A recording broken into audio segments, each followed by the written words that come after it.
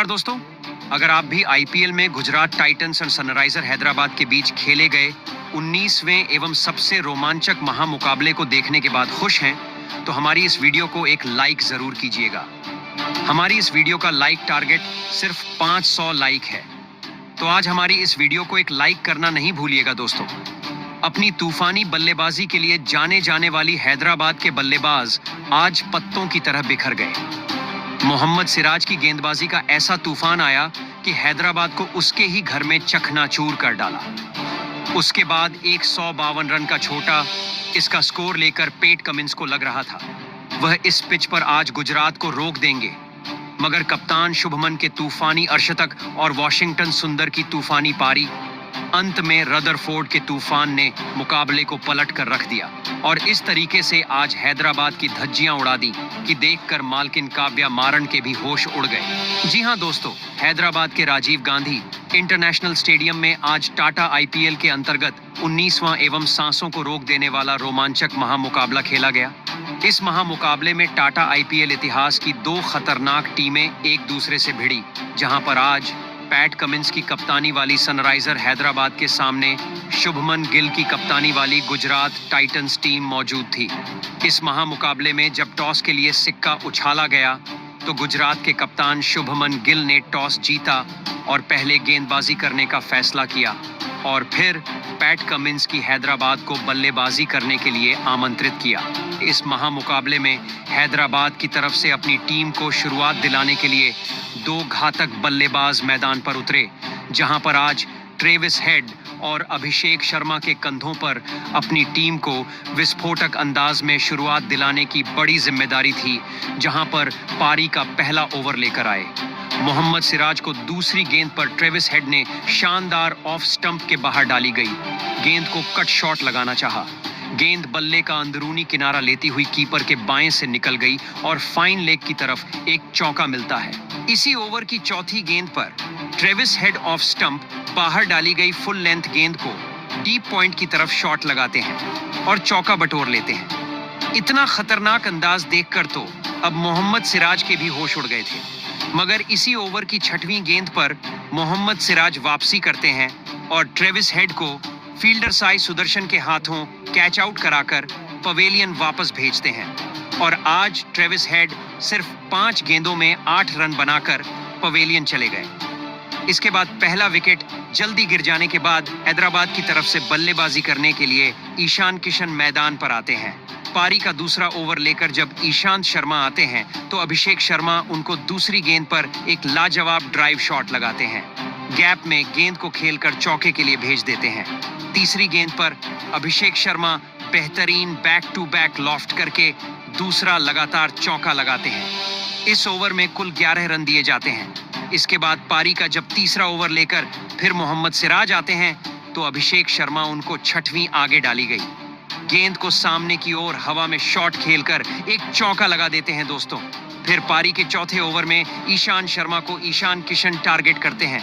वह तीसरी off stump के बाहर डाली गई फुल लेंथ की गेंद को एक्स्ट्रा कवर्स की तरफ शॉट लगाकर चौका लगा देते हैं, जबकि चौथी गेंद पर Ishan Kishan back to back शानदार प्लेसमेंट करके गेंदबाज की गति का इस्तेमाल करके थर्ड मैन की तरफ एक चौका लगाते हैं। अंतिम गेंद पर फिर अभिषेक शर्मा ईशांत शर्मा को टारगेट करते हैं। मिड ऑन की ओर हवा में शॉट लगाकर एक चौका लगा देते हैं।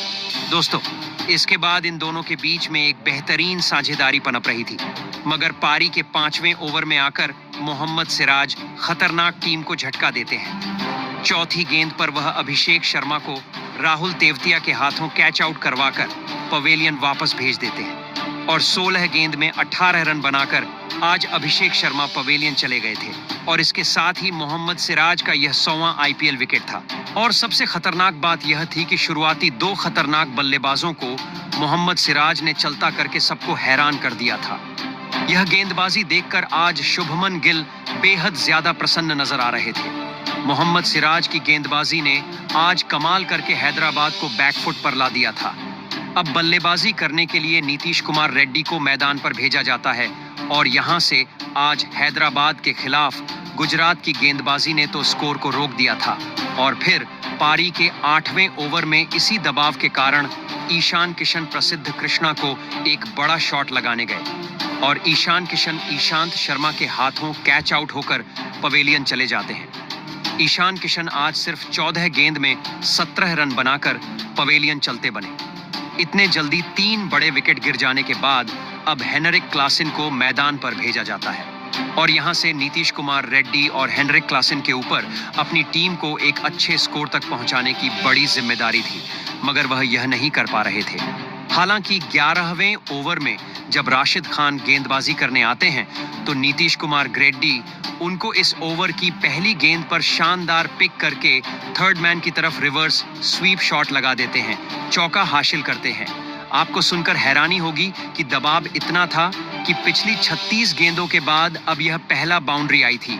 इसी ओवर की तीसरी गेंद पर नीतीश कुमार रेड्डी शानदार स्पिन गेंदबाज को बैकफुट से मिड विकेट की तरफ पुल शॉट लगाकर एक चौका लगा देते हैं और 11वें ओवर में 9 रन के साथ 3 विकेट खोकर टीम 73 रन बना लेती है।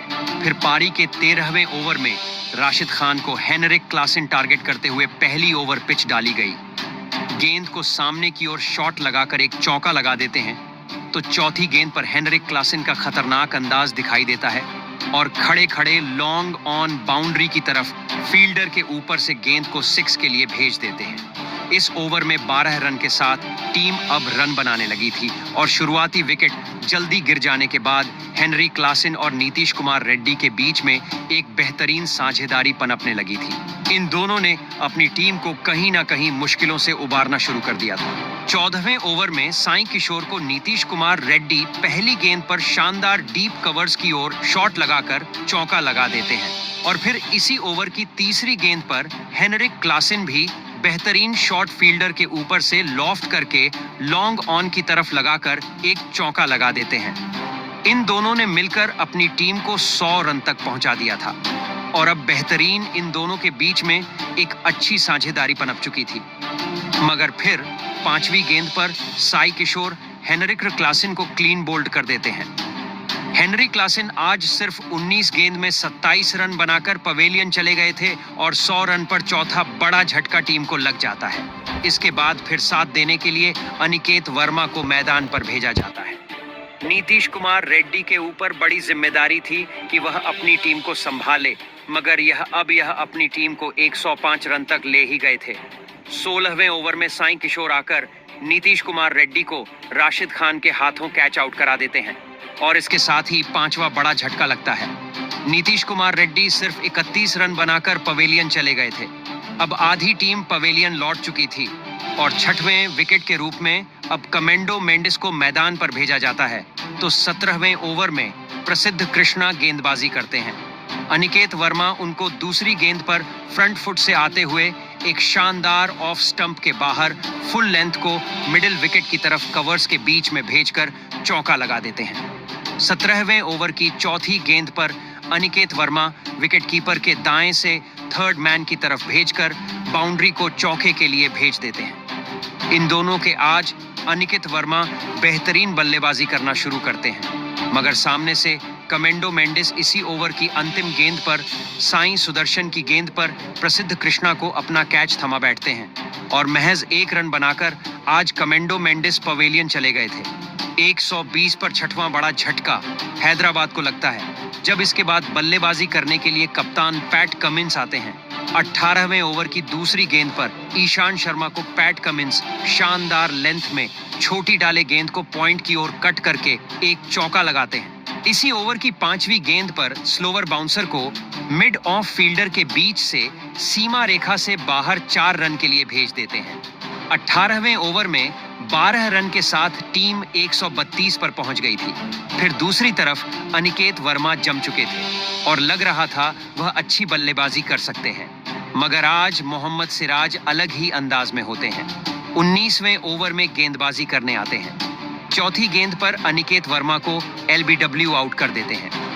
अनिकेत वर्मा ने रिव्यू जरूर लिया था मगर बर्बाद गया और इसके साथ ही 135 पर 7वां झटका हैदराबाद को लगता है। अनिकेत वर्मा आज सिर्फ 14 गेंद में 18 रन बना सके थे। इसके बाद बल्लेबाजी करने के लिए सिमरजीत सिंह को भेजा जाता है तो अंतिम गेंद पर मोहम्मद सिराज उनको क्लीन बोल्ड करके इस मुकाबले का चौथा बड़ा विकेट ले लेते हैं और बिना कोई रन बनाए सिमरजीत सिंह पवेलियन चले गए।